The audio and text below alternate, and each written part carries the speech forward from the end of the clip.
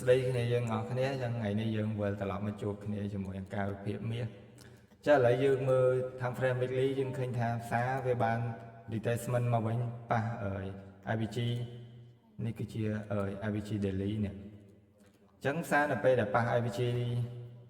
Weekly ច្រឡំ Daily ប៉ះ IBG Weekly ហើយបន្តមកវាមាន rejection ឡើងទៅវិញចឹងទិសដៅបន្ទាប់ខ្ញុំមើលឃើញថាទិសដៅweekly វានឹងមកយកបាយសាយ weekly នឹងមកយកបាយសាយខាងលើនេះគឺជា liquidity target របស់ទីផ្សារចាឥឡូវយើងមើលតាម frame daily ចាឥឡូវយើងមើលឃើញថា time frame daily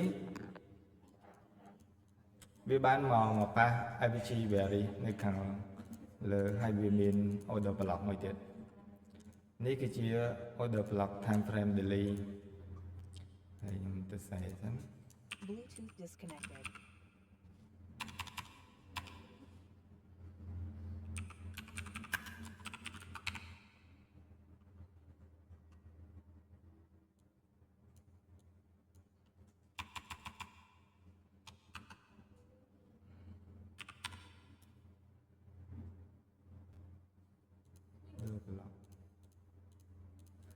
អានេះគឺជា order block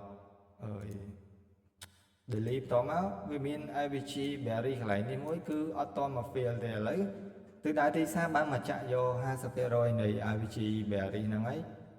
អញ្ចឹងឥឡូវយើង switch ទៅ lower time frame ឥឡូវយើងមើលឃើញថាទិសដៅវាបានមកប៉ះនេះ IBG berry អញ្ចឹងឥឡូវយើងមើល4ម៉ោងឥឡូវនេះវាកំពុងតែ strong bullish ខ្លាំងមែនតើអញ្ចឹងខ្ញុំមើលឃើញថាទិសដៅទីផ្សារនេះវាមាន scenario 2បើសិនជាករណីវាចង់ចុះជប់លុបនេះចោលសិនអញ្ចឹងករណីវាចង់ចុះវាបង្កើតជា scenario 2គឺវាអាចនឹង retracement ចាក់មកយក IBG 4ម៉ោងឡើយណាIBG ហើយបន្តមកវា retrace ឡើងវិញវាមក sweep high នេះបន្តមកបានវាមានstructure ថ្មីដើម្បីវាតម្លាក់ខ្លួនចុះមកវិញតែករណីបើសិនជាវា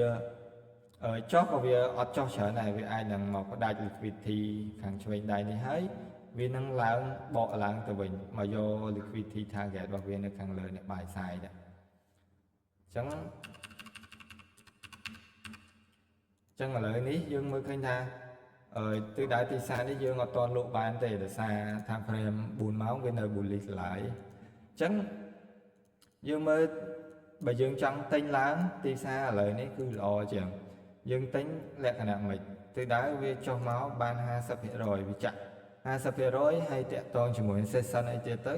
យើងបូកផ្សំនឹង confirm point of control ឯឋានទៅគឺយើងរកឱកាសចូលផ្សារបានហើយវាឥឡូវយើងមើល1ម៉ោងបើសិនជា structure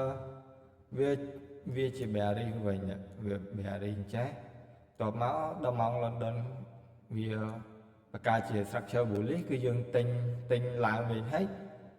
ករណីសារនេះយើងមិនយក TP ដល់លើនេះទេយើងអាចយកត្រឹមនេះឲ្យបានហើយបើសិនជាវាករណីវាចុះមកអញ្ចឹងវាមាន order block bearish កន្លែងនេះអញ្ចឹងបើសិនជាករណីយើង hold ដល់លើវាអាចនឹងអត់ដល់អញ្ចឹង